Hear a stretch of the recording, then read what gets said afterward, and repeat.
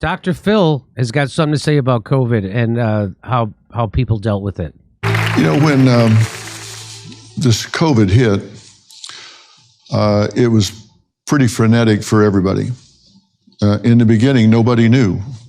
Okay, in the beginning, nobody knew what was going on. I suppose if you want to call Anthony Fauci a nobody, that is certainly your prerogative. But how do we know he knew what was going? He knew what was going on right up until the point where everything started to go south for him. Then everybody was like, "We don't know anything about this." Yeah, lots of people knew. They didn't want to get in trouble, right. or they got kicked out of their jobs, or they got. That's right. Nobody knew at his office. A lot of people knew. And most of the people who knew and who actually had the courage to say something got censored, discredited, and smeared in the corporate press that was owned by Big Pharma. They told us not to including do our own me. research. They got some guy made a whole video about me on COVID. Who? How did that Sean guy? Oh yeah, how the guy doesn't show his face? The how MI6 does that cutout? The MI6 cutout exactly? Yeah. How does that video hold up today? How does that video hold up? Well, he never shows his fucking face. Doesn't hold up. And it got boosted by the Google algorithm, so it got like 700,000 views, and it was an hour-long smear piece about me. Yeah, and I bet you those aren't real views. And also, BreadTube's done. It's for. And then we found out that the MI6 was paying people on BreadTube to go after and smear people who were speaking out and telling the truth about COVID and the vaccines. And I don't think Sean knew that he was getting that from them. Why would they have to let him in on it? He's a loser BreadTuber. The guy never talks about anything. I don't know what he talks about. No, they're all watching their algorithm. So remember Kyle Rittenhouse? That was a big one because somebody asked me on a thing, what would Jimmy say? And I remember. What? What did they ask you? Like, you always were somebody that looks at evidence, even if it's not going to be good for you with your friends. People say, because people have said to me, hey, why did you defend Kyle Rittenhouse? Because you're not a liar. I didn't defend Kyle Rittenhouse. I defended the truth. And why aren't you pissed off that the corporate media lied about a 16-year-old lifeguard in order to divide the country? Why aren't you pissed off about that? You're not pissed off that you got lied to? Trump. I had people who used to work for this show. They don't want to know the truth about it. Yeah, they'll tell you. I go, hey, did you watch the video that Matt Orfalea did about Kyle Rittenhouse? No, they don't want to watch it. They don't want to know the truth because that would put them in an awkward position in their social circles where they'd have to actually stand up and say something. And they won't. And it turns out most comedians are cowards. Why don't you just make your brand not pretending to stand up and say something? That'd be a good fix. That's right. The people are, who did you vote for? The left are too evil. Yeah. Like, all you do is keep your dumb trap shut if you don't know anything. You don't have to scold other people for doing research. So somebody asked you about me, about Kyle Rittenhouse? When I did such at I brought it up because it was about something else. But my whole point is, you're not a grifter. Like, a grifter is someone that is saying a thing they may or may not believe because they think it will give them some advantage. That's right. The opposite of grifting is saying what you think is the truth, even if you're going to lose some supporters and friends, which I've done that my whole time. That's the whole... Nobody likes me. The whole story of this show. You know how many people I pissed off? And by being the first one to say it, the first one to say Russiagate was bullshit, the first one to say that Bernie Sanders was a sellout, the first one to say the Squad, AOC, the Justice Democrats were a failed experiment. Being the first one, there's very little reward in that. You lose a lot of followers, you lose a lot of subscribers, you lose a lot of stuff, and you get a ton of shit for it.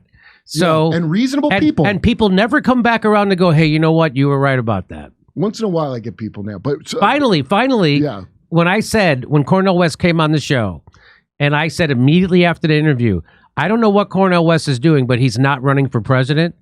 So just this week, people over at Breaking Points said Cornel West is not running for president. Like, they just finally came to that conclusion. Yeah. 7 months later, Kurt, maybe 8 months, finally they just figured it out. That's amazing to me. Okay, here we go. Back to this. What was going on? And when they said we're gonna take a time out here, we're gonna ask everybody to really stay home, withdraw, shut the door, and that's going to slow the roll. Remember, it was 2 weeks to stop the spread. I mean, to flatten the curve. Yeah, flatten the curve. Flatten the curve. We just want to flatten the curve so we don't overwhelm our emergency rooms. We're just going to flatten the curve. It turned into 2 years. And it was always a bad idea. It was always a bad idea to do lockdowns. Wait, won't someone think of the emergency rooms? What about piece of shit country I live in? Yeah. That they didn't immediately put all the money that they sent to fucking Ukraine into emergency rooms. Right. That's going to slow this thing down. You remember that? And then all of a sudden, a few weeks turn into months, and months turn into 2 years. You expect there will be a plan, a readiness plan that takes into account all the collateral damage that can come from doing something like that. And then you start seeing all of these problems, and you hear people say, well, we did the best we could with what we knew. No, they did not. They knew better. And if they didn't know better, they damn well should have known better. That's what they're paid to do. Am I crazy, or is he genuinely upset about this? It seems like he's genuinely upset about this. And I think the reason why is because he said some shit and he caught a lot of shit, just like we did. Yeah. So when he noticed the lying that was happening, he said something, and people came at him and tried to discredit him, the Jimmy Kimmels of the world. Yeah. When I stepped up in the beginning and said, this lockdown, this quarantine is going to create more problems with quality of life than that COVID is going to do in taking lives, people looked at me like I was insane. I got criticized, called a heretic, said, well, what is he talking about? I'll tell you what I was talking about. I was talking about exactly what happened and is happening. And what's more, when you shut down the schools, the day you shut them down, you better have a plan for reopening them. I didn't see a plan for them to be reopened. And we have an entire generation that is suffering from developmental gaps, educational gaps, mental and emotional challenges, and still, there's not a good plan to close those gaps.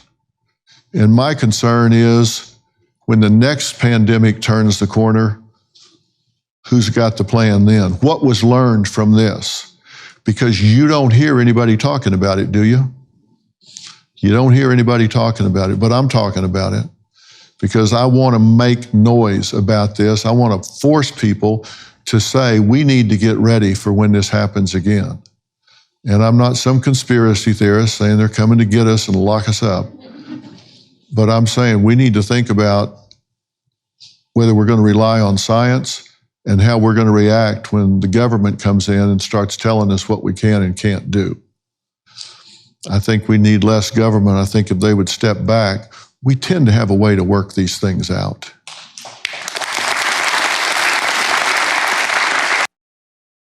Okay. They are going to lock you up too, by the way. They are going to lock you up. That's not coming? Yeah. Dr. Drew, I didn't understand the thing about the ads with drugs on TV. When he explained that's so they don't get investigated more than anything. That's why they run ads for prescription drugs. And so he knew, you could see Dr. Drew was disturbed. He wasn't quite ready to go to these people are malicious. It's interesting watching people who didn't know suddenly have to start to know. I'm curious where Dr. Drew's at now, because who do we trash that he didn't want to jump on board trashing? Well, he was the one who told me that he worked with Dr. Fauci during the AIDS crisis, and Dr. Fauci always preached you have to scare people. Fear, fear, fear. Use fear to get people into compliance. And that's exactly what masks were about, keeping people afraid. They're still wearing them. They're still wearing them. That's amazing. So I know comedians who don't wear a mask, who wear a mask into the comedy club, and they take it off when they go on stage. Isn't that like we're having sex with a prostitute, and then starting out taking with the condom off. And then taking condom off right in the middle. I wear a condom all day and I take it off at night. I take it off right in the middle. Well, it lessens my chances of catching something because I wore it for the first 15 minutes. I had sex with her, and then I took it off. I think it flattens the curve. I just pour some Listerine on my dick in between. So, look this. Health experts support so remember during Black Lives Matter? Yeah, I do remember. And a lot of people were saying, hey, why is it okay to go out and congregate for a protest over Black Lives Matter during COVID? That seems to be antithetical. You guys were arresting people surfing. And you put going to church. Or going to church, and you put sand in playgrounds and skateboard parks.